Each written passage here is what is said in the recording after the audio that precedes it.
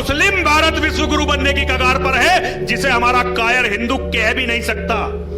यदि यहां से हिंदू नस्ल खत्म हो गई तो ये तय मानिए कि भारत विश्व गुरु बनेगा, लेकिन वो इस्लामिक विश्व गुरु बनेगा, हिंदू विश्व गुरु नहीं बनेगा, वो सनातन धर्म वाला विश्व गुरु नहीं बनेगा।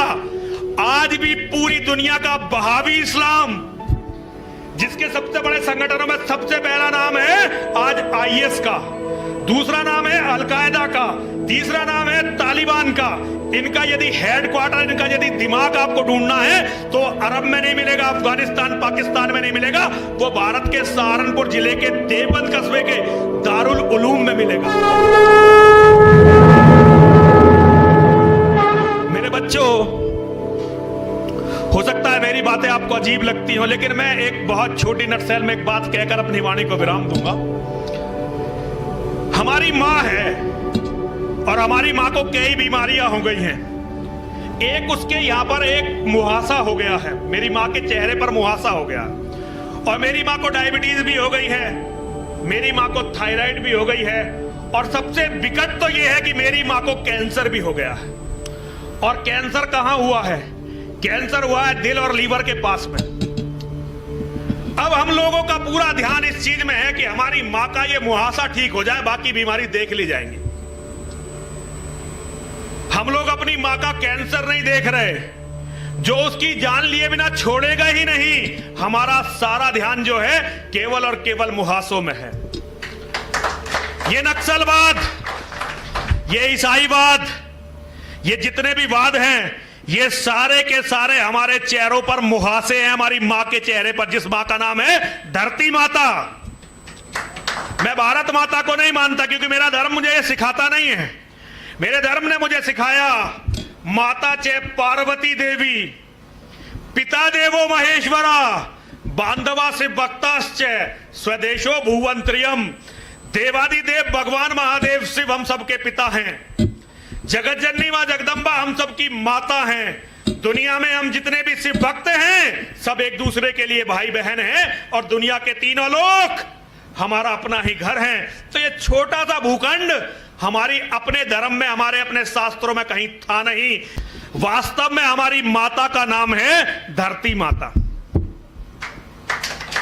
आज धरती माता को कैंसर हो गया, और उस कैंसर का नाम है इस्लामिक जिहाद। और ये इस्लामिक जिहाद किसी भी तरह से हमारी मां को छोड़ेगा नहीं। एक बहुत बड़े ऑपरेशन की आवश्यकता है, लेकिन हमें उस ऑपरेशन को करने की जरूरत महसूस नहीं होती। हम सोचते हैं ये तो अंदर है, ये दिखाई नहीं दे रहा, इसकी जरूरत नहीं है, ये जब मारेगा। हमें अपनी मां के मुहासों को ठीक करना है। अभी मुझसे पहले ये जो भैया जी हैं प्रशांत जी, इन्होंने कहा था कि भारत विश्व गुरु बनना चाहिए, बन सकता है, कुछ ऐसे शब्द थे इनके। मैं आपको एक बात बताता हूं, हम उस दहलीज पर खड़े हुए हैं, केवल 10 साल का खेल आपके सामने बाकी है। अगर इस देश में आधिकारिक रूप से मुसलमानों की जनसंख्या 30% हो गई, तो देवादिदेव भगवान महादेव शिव भी यदि अवतार ले ले, तो आपकी बेटियों की मंडी सजने से बचा नहीं सकेंगे।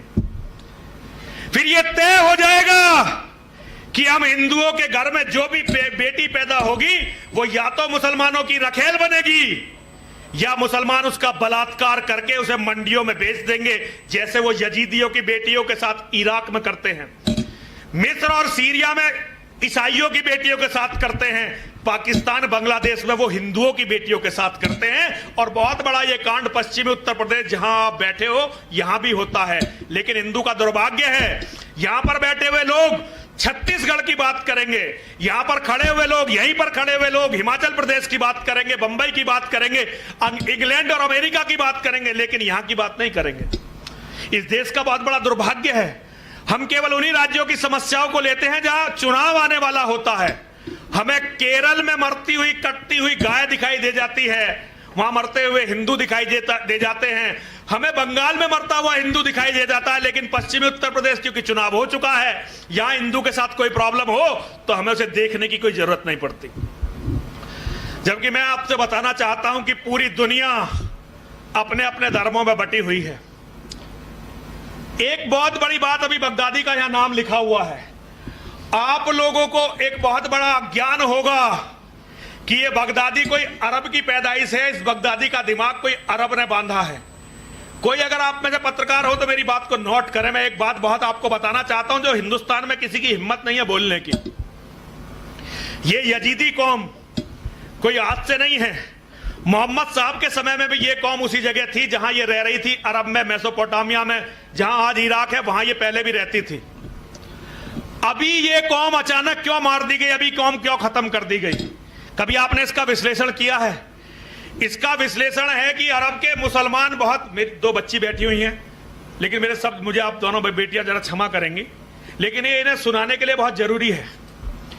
अरब के मुसलमान बहुत अय्यास होते हैं। उन्होंने यजीदियों को कभी इसलिए खत्म नहीं किया क्योंकि जहां सरिया का राज होता है, जहां शरीयत का राज होता है, वहां यदि वो किसी मुसलमान की औरत के साथ बलात्कार या जबरदस्ती करते हैं या उसके साथ कोई वैसे भी संबंध बनाते हैं तो उसकी सजा मौत से कम कुछ है ही नहीं। लेकिन शरीयत ने मुसलमानों को एक बहुत बड़ी सुविधा दे रखी है जिसके बारे में बहुत कम हिंदू जानते हैं, और जानते तो बहुत लोग हैं लेकिन कह नहीं सकते। वो सुविधा ये है कि यदि सरिया में कहीं काफिर रहते हैं तो काफिर की बेटी के साथ कुछ भी करना, काफिर के साथ कुछ भी करना किसी भी संज्ञेय अपराध की श्रेणी में नहीं आता। जहां सरिया होता है, यदि वहां कोई मुसलमान किसी काफिर की हत्या कर दे तो उसके खिलाफ रिपोर्ट नहीं लिखवाई जा सकती। जहां सरिया होता है वहां यदि कोई मुसलमान किसी काफिर की बेटी का बलात्कार कर दे तो उस पर कोई अपराध नहीं होता। ये तो ऐसे जैसे हम किसी कुत्ते को मारने, यदि मेनका गांधी जी नहीं होती तो इस देश में कुत्ते बिल्लियों को मारना कोई अपराध नहीं था। तो यजीदी कौम को केवल इसलिए जिंदा रखा गया था पिछले वहां 1400 साल से कि उनके लड़के अरब शेखों के लौंडे होते थे और उनकी बेटियां उनकी सेक्स स्लेव होती थी, इसलिए यजीदी समुदाय को जिंदा रखा गया। और अब अंतर कहां पड़ा? अंतर पड़ा इस बगदादी से। ये बगदादी कौन है? ये इस बगदादी के पास, क्या समय पूरा हो गया मेरा? ये बगदादी कौन है? ये बगदादी डॉक्टर अबू बकर अल बगदादी। इसकी डिग्री आपको पता है कौन अप्रूव करता है? यदि कोई जानता हो कि इस डॉक्टर अबू बकर अल बगदादी की डिग्री कहां से आई तो जरा हाथ खड़ा करिए। कौन सा विश्वविद्यालय है जो जिसने इसे डिग्री दी, जो इसकी डिग्री को अप्रूव करता है? आपको पता है किसी को? अरे आप तो बड़े जागरूक लोग हो, कोई तो बताओ। इसकी डिग्री को जो अप्रूव करता है, बगदादी की डिग्री को, उस संस्थान का नाम है दारुल उलूम देवबंद। आज पूरा भारतवर्ष विश्व गुरु बनने की कगार पर है, लेकिन वो हिंदू भारत विश्व गुरु बनने की कगार पर नहीं है, मुस्लिम भारत विश्व गुरु बनने की कगार पर है, जिसे हमारा कायर हिंदू कह भी नहीं सकता। यदि यहां से हिंदू नस्ल खत्म हो गई तो ये तय मानिए कि भारत विश्व गुरु बनेगा, लेकिन वो इस्लामिक विश्व गुरु बनेगा, हिंदू विश्व गुरु नहीं बनेगा। वो सनातन धर्म वाला विश्व गुरु नहीं बनेगा। आज भी पूरी दुनिया का बहावी इस्लाम, जिसके सबसे बड़े संगठनों में सबसे पहला नाम है आज आईएस का, दूसरा नाम है अलकायदा का, तीसरा नाम है तालिबान का। इनका यदि हेडक्वार्टर, इनका यदि दिमाग आपको ढूंढना है तो अरब में नहीं मिलेगा, अफगानिस्तान पाकिस्तान में नहीं मिलेगा, वो भारत के सहारनपुर जिले के देवबंद कस्बे के दारुल उलूम में मिलेगा। सरकार चाहे राष्ट्रवादियों की हो, सरकार चाहे कांग्रेसियों की हो, सरकारों के अंदर इतनी हिम्मत नहीं है कि वो दारुल उलूम देवबंद की निगरानी भी कर सके। और जिन यूरोपियनों को हम बहुत गाली देते हैं, जिन यूरोपियनों को हम बहुत निकृष्ट बताते हैं, उन यूरोपियनों ने पूरी ताकत लगा रखी है कि दुनिया में किसी भी तरह से दारुल उलूम को रोका जाए। अमेरिका पूरा इस पर वाच कर रही है। मेरे बच्चों, केवल एक बात आपसे कहना चाहता हूं, गीता मत पढ़ो, आज रामायण मत पढ़ो। ये मत कहना बाबा जी मना कर रहे हैं, लेकिन मैं कह रहा हूं कि इनका गीता का पढ़ना इतना जरूरी नहीं है, रामायण का पढ़ना इतना जरूरी नहीं है, हमारा वेदों का पढ़ना इतना जरूरी नहीं है जितना जरूरी पढ़ना है आज कुरान का और इस्लामिक इतिहास का। क्योंकि जो लोग अपने आप को बहुत बुद्धिजीवी मानते हैं, वो अपने अज्ञान के कारण, अपनी मूर्खता के कारण और सबसे बढ़कर अपनी कायरता के कारण तुम्हारी बेटियों की मंडी लगाकर तुम्हारे बेटों को समाप्त करवा। तुम अभी 24, 25, 30 साल के बच्चे हो ज्यादातर। हो सकता है 10 साल तुम इस बवाल से बचे रहो, लेकिन तुम्हारे बच्चे किसी भी कीमत पर कुछ भी कर कर इस बवाल से बच नहीं सकेंगे।